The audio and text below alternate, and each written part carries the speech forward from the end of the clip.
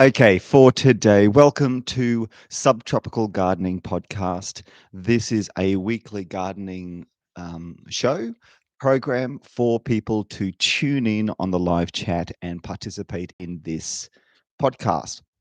So it's all about gardening in the subtropics. It's all about appreciating the plants that you love. And I'm just making sure it's supposed to come through here, but it doesn't look like it is. I'm just going to take this off just in case. Um, Testing. New device. Let's see if I can get it working right. It's supposed to be. Let's see if I can hear anything happening. Waiting. Oh, that didn't sound too good. Let's try this instead.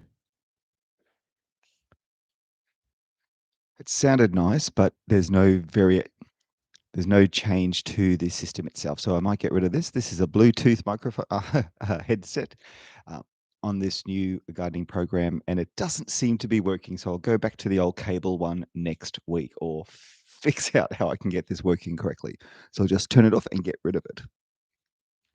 The purpose of that obviously was for me to listen a little bit better to the audio, except it wasn't coming through. Anyway, moving on. The Subtropical Gardening Podcast is here to facilitate gardening information for the listeners, mainly because one of the radio programs, the one that I was one of the garden experts for, has ceased. So I thought, why not just do it with no restrictions from a big brother radio station? This is more independent. This is more directly from me to you with my experience without irrelevant advertising, without irrelevant sports or other things. So this is just pure gardening. So my name is Paul Plant. Today we're going to be talking about Lomandras, one of the most important landscape plants that landscapers and councils use on their projects, and also a group of plants gardeners forget to use or overlook it when they start choosing plants. And there's a really good reason you should be growing them, and we're going to be talking about that during the program. So if you do like it, make sure you tick it and subscribe, because it's very important to see if we can get this to get the followers up and following this particular podcast series. So it's going to be every single week. That's my objective. And each week I will feature a completely different plant, and hopefully I'll be able to get some co-hosts in here and people to interview once I get everything sorted and everything working correctly. Yeah. Okay, so to start off with, Lomandras are a group of plants which have been around for a very long time. Um, the genus was first named back in, I think, 1800s sometime, and it's native to basically Australia, New Caledonia, New Guinea, and that's basically it.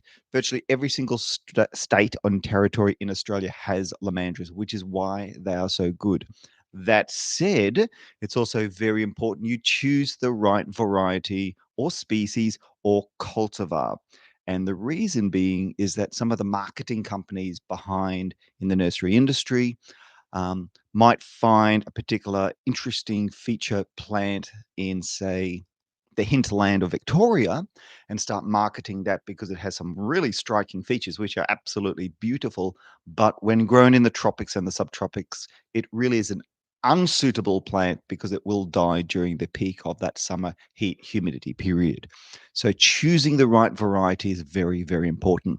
One way to select your plants is choose the species which are known in your district.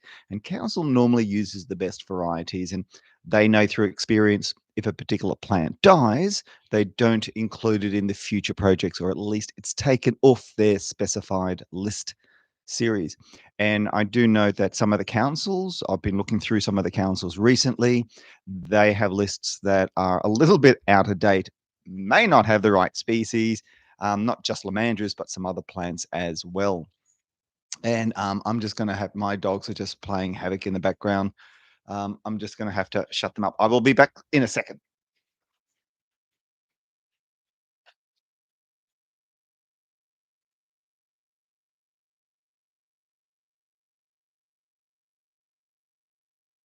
And that, folks, hopefully will keep them quiet for quite a while, at least for 30 minutes.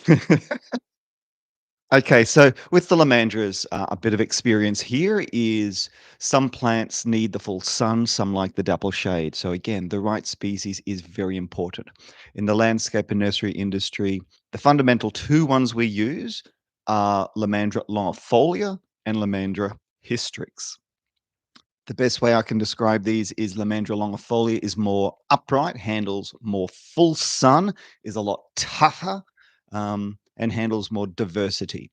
Lomandra hystrix has more of a weepy foliage, prefers a bit more dapple shade and a little bit more protection. That said, Lomandra longifolia can grow in shade and Lomandra hystrix can grow in full sun, but they do prefer slightly different situations. I like both. Um, I find Hystrix looks more attractive because it tends to have a darker green, softer appearance and much more of a weepy effect. So to give you an idea, I also grow variegated versions of exactly the same type of plant. So this one right next to me, this is a Lomandra hystrix, which is variegated. The one at the back, there is, where is it? Let me just double check that it is the right one. Sorry. This one is a hybrid. But I would normally say this is Lomandra longifolia, and that one is Lomandra hystrix. I know that is a hystrix because it was a variegated one I found in a huge pile of Lomandra hystrix tube stock. And so I've been growing it and selecting it specifically for the variegation. So to tell the difference, I'll use this one because it might show the two. This is why I think this might be a hybrid. Okay, so I'm hoping this works. So see, this one has a bit of a point in the middle. So characteristically, Lomandra hystrix has that section that's a lot longer in the middle. Whereas on, go back here, here you can see 2 points on this one.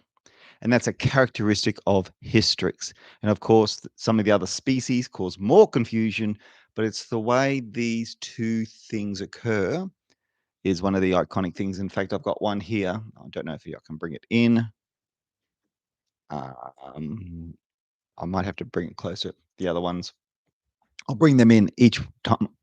Each time I bring the others in, I'll talk about those. But it's a very clear distinction. Longifolia, and if that was a bit pointier and longer, that would have been a hystrix. Okay, but I do think this one, it's marketed as longifolia. And there are a couple of different varieties, as I said, but I'll get to that very soon. Now, some of the other things about the Lomandra group of plants is that they are tough, they are resilient. They are a host to a number of native butterflies, and that's a really good reason to grow them. The seeds that they produce, birds love them. So again, another really good environmental benefit purpose for these particular plants. If you have a slope land or your property is prone to potential erosion, plant these. The root system of these plants produce an incredible matting process, probably the reason why the common name mat reed. And the matted roots hold the soil where it is. And I do know with some of the erosion problems the Bremer River had in Ipswich, Ipswich Council invested in a whole lot of lomandras along the embankments post flood so that it would future flood proof, but probably reduce the damage the floods would cause on the embankments in the future. So they do have a worthy purpose on your property. If you have a need to stop erosion, if you have a need to hold your soil, if you have a steep block, lomandras are really low maintenance. You don't do or don't need to do anything for them. A few leaf chews like this particular plant, if you can see some of the section of the leaves are missing, do not worry about it. The prolific leaves that these produce, the long, lanky growths, quickly substitute any leaf damage, and you will not even notice it in the overall bush of the plant itself as it grows. Now, some plants are incredibly small, dark green, glossy leaves, one of my favorite. very hard to find. Some of them are a little bit more kind of stalky-like, and some have very, very, very fine feathery foliage, and I'll talk about different types as we go through the session. Um, some have flowers that are sweetly scented, and I know there are some landscapes when they flower, people walk around the gardens trying to figure out what the scent is, and it ends up being the Lomandra. So they are worth growing also for the scent of the flowers. Many of them, the hystrix and the longifolias, tend to have a bit of a spiky flower in the middle. So when they're young, they're just kind of like creamy yellow when they come out. Then as they mature, some of those bracts become like spines to protect the flowers and protect the seed to stop predators, which is what we want to bring wildlife into these particular plants. But it is a deterrent for a lot of the wildlife. And for us, we don't like the spikes, but it is part of the appeal of these particular native plants. So I do encourage people overlook the fine spikes that you have on the flower spikes and still grow these particular plants. Now they will range in heights from very small plants, about 20 to 30 centimeters, all the way up to 1.5 meters high. Some of the dwarf cultivars on the market, like Shara and Little Echidna, which is a Lomandra convertifolia, they are known to be probably about the 30 centimeter height, whereas the Lomandra longifolia, I think, is one of the highest, the tallest groups. So that gives you the range of the heights. Sunlight, again, choose the right variety and the right species for the situation which you have in need to find the particular plant. Wildlife, good. Birds, excellent. Butterflies, good. I just love the look of the foliage. It's a nice, delicate weeping effect. Low maintenance. You can plant it under a gum tree. You can plant it out in the open of a field, full sun, part shade. Just choose the varieties. Now, some of the plants I have with me. This one, I've lost the label. I'll see if I can track it down as I go. Now, the one that I found, I'll bring that up. Ah, okay, let me just check on something in the background. No, I better not do that. That's going to be too distracting for me and for you, the watcher. So this is a sport, a mutant I found growing in a huge crop of Lomandra seedlings, of hystrix. So just look at the variegation on this particular plant. It is, I think, beautiful. I have to say, in full sun, it looks so much better than what it does under the the lights inside here. Um, but there is variegation all the way through it, really strong, bold stripes. Um, and it's irregular. You've got some leaves that have just like two lines of green in it, maybe three if you think about that outer rim. You've got others that have one bold green mark in it with one yellow stripe, and then others with different tones. I love this one. I am going to be growing it and selectively choosing sport parts of it, or the pups that come off the side. I'll selectively choose the ones that have the best coloration and continue to grow them to make a distinctive line.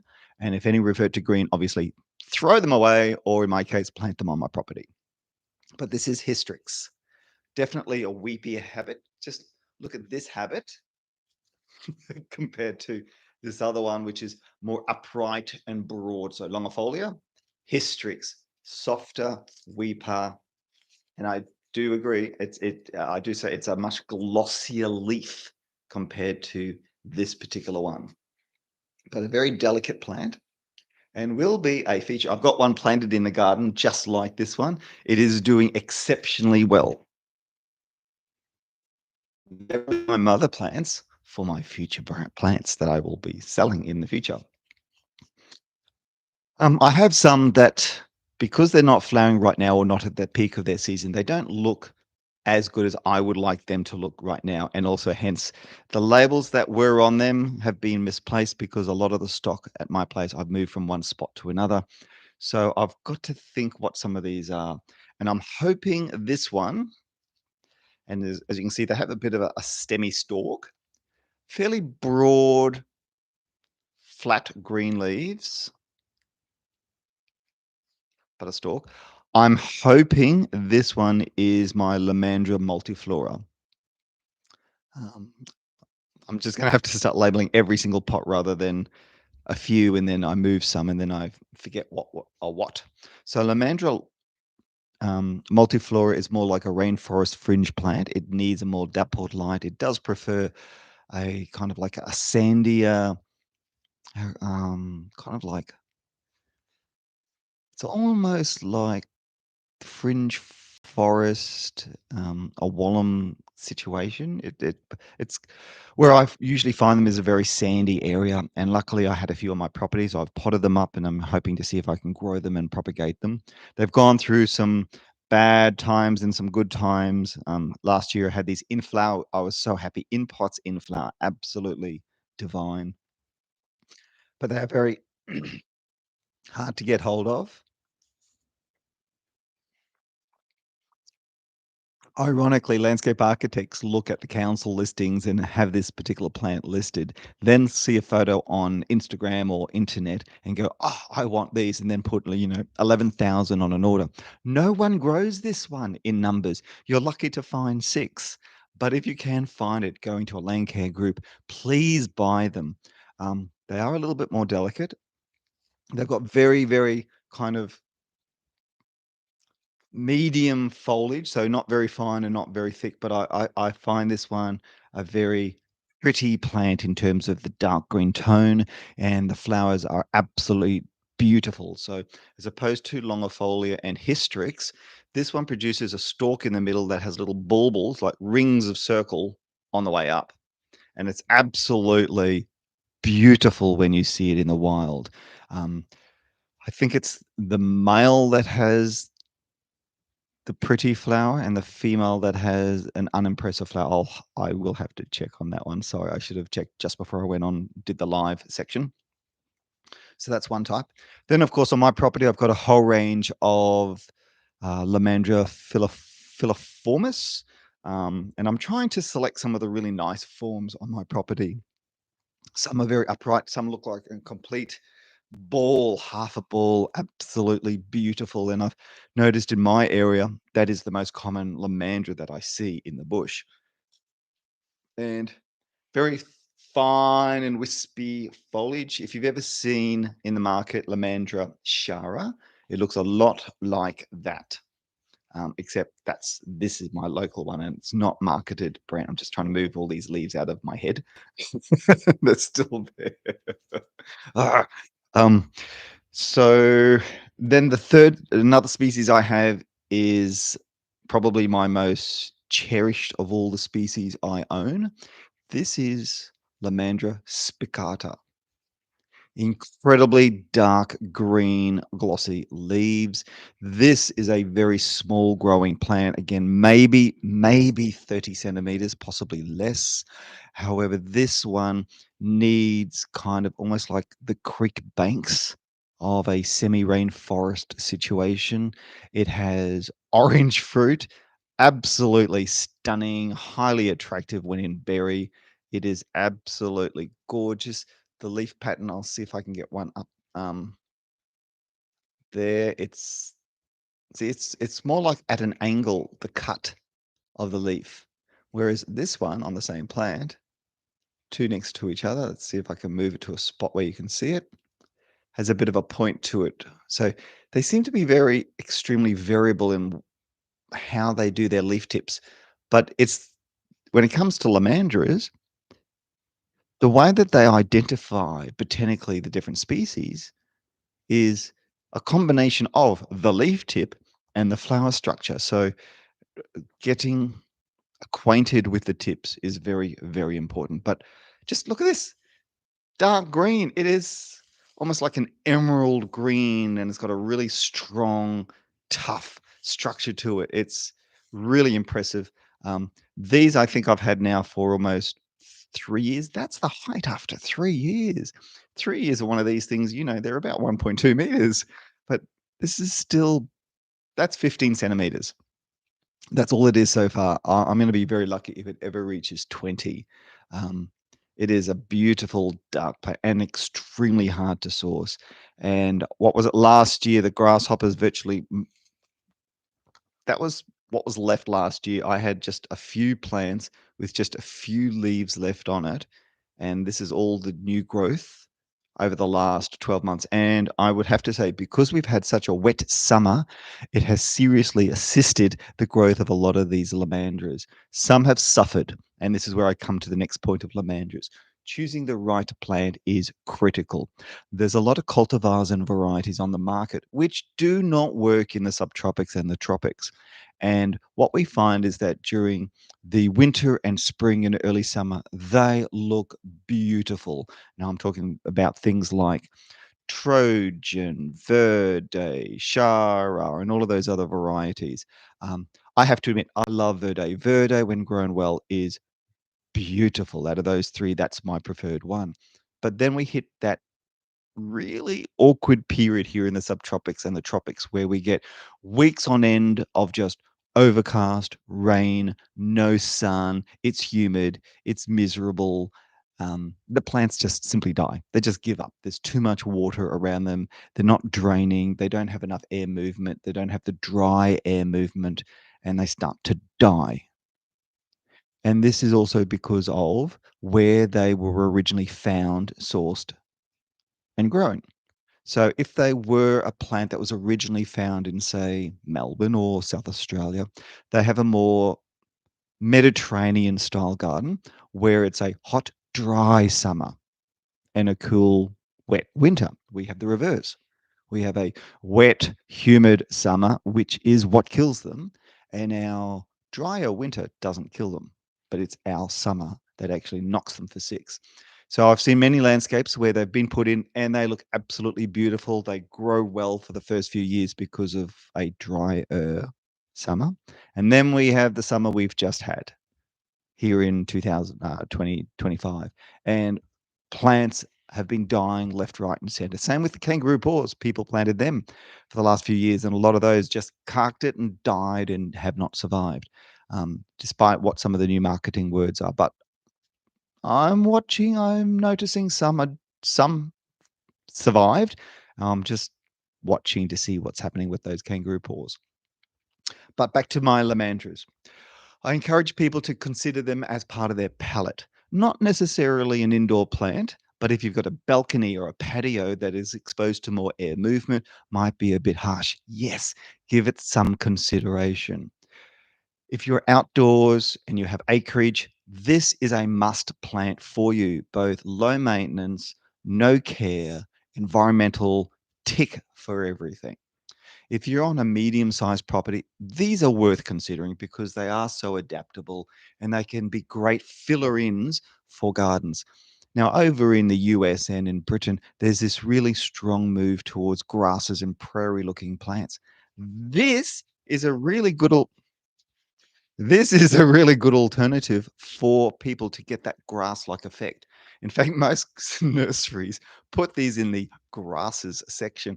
They are not grasses, not even closely related to grasses. These are flowering plants. These, actually, what family do they actually belong? Is it Asperginaceae, I think, from memory? Let me just check on the classification. Yes, it is related to asparagus. Doesn't look like it. So the asparagus group is incredibly diverse. It's got dracaenas, it's got asparagus, it's got lomandra in it. It's an incredible tough group of plants. But yeah, definitely it is not a grass under any circumstance. It looks a little bit like a grass, but isn't. So that's my feature plant for today. I hope you enjoyed it. I've only just showed you some of the specimens I grow. Oh, propagating. I should mention that. So with propagating with the variegated ones, I'll go back to my little video. So what I will be doing, I should have brought one in to split. I'll grab my pot plant, this one. I will not split it right now, but I will be doing it come spring. Right now it is May, we're going into autumn, so I won't do it. But if you look closely, there's very distinctly, there's this pup and there's this big pup. So there's two in there. So if I was going to split this plant, I could only split it into two sections, and that's all, no more. This largest specimen,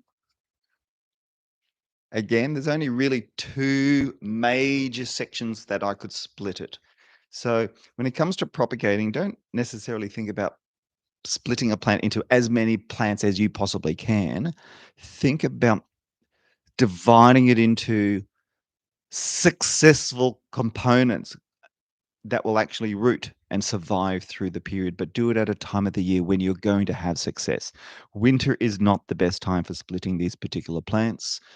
I find spring is good because that is the time when they're getting more active. They're going to put on more foliage growth and more roots, which is far more important, and you'll have a far better success rate.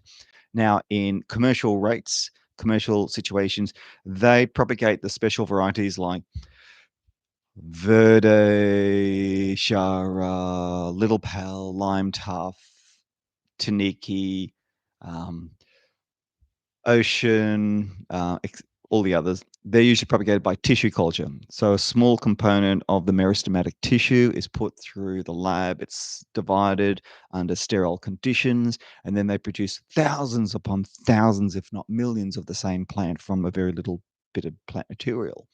So mass production can be done. And what we find is that council loves this because they can, order 1,000 and get those particular plants. For landscapers, we find on estates, on developments, they also like those high numbers, especially of those special varieties and cultivars that look neat and clean and low maintenance, and that's what they want. But in the home garden, feel free to let your plants be a little bit messy. My dogs are going crazy because even the dry, twiggy bits from the plant, a bird will use that for nesting. Um, you, Leaving the plants to go the way they are meant to go allows the plant to have more character. It's not like plastic surgery. You don't want the perfect plant all the time. These are natural plants. Let them do what they want to do. Let them create the shape that they want to do. They will have some dead leaves on it. If you want, you can pull off. Let's see if I can pull off a dead piece. Pull off a dead piece.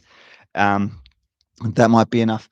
And please don't go to your Lomandras with shears and do this. Grab the whole lot and then go cut. It'll flop down. It'll make a nice shape, but it's basically mutilating the plant, and it really doesn't look that good in the long term. It might look cute, it might look modern, but it's just basically environmentally ugly. Just don't do it. It's just pure mutilation on a plant. And for any landscaper that does it, you should be ashamed of yourself. For any commercial landscaper that does it, again, shame. Any landscape designer that recommends it, oh, please go back to school. You do need to go back to school. Probably primary school would be a good start for you. Um, sorry, a peeve. Um, so, folks, I hope you enjoyed this. This is only a short video today of about 28 minutes, just under 30 minutes. The garden programs we normally run on radio we used to be 4BC, were around about the 30-minute period. When I used to fill in for Colin, it was about 2-hour period. But I'm not going to get to that stage ever. I think half an hour of gardening digesting is worth it. Not an hour full, unless I've got a guest speaker. Guest speakers will be a completely different story. Uh, we'll set them up separately, not here, and we'll have plants and everything else in the studio for the recording for the live sections of those things. So until next time, my objective is every single Saturday I will do a live update, and hopefully you can join in and watch and participate. But please tick it, follow it, thumbs up. I'd love to have some more followers on these videos so we can get more going and get more industry support for our Subtropical Gardening podcast. Thank you, everyone.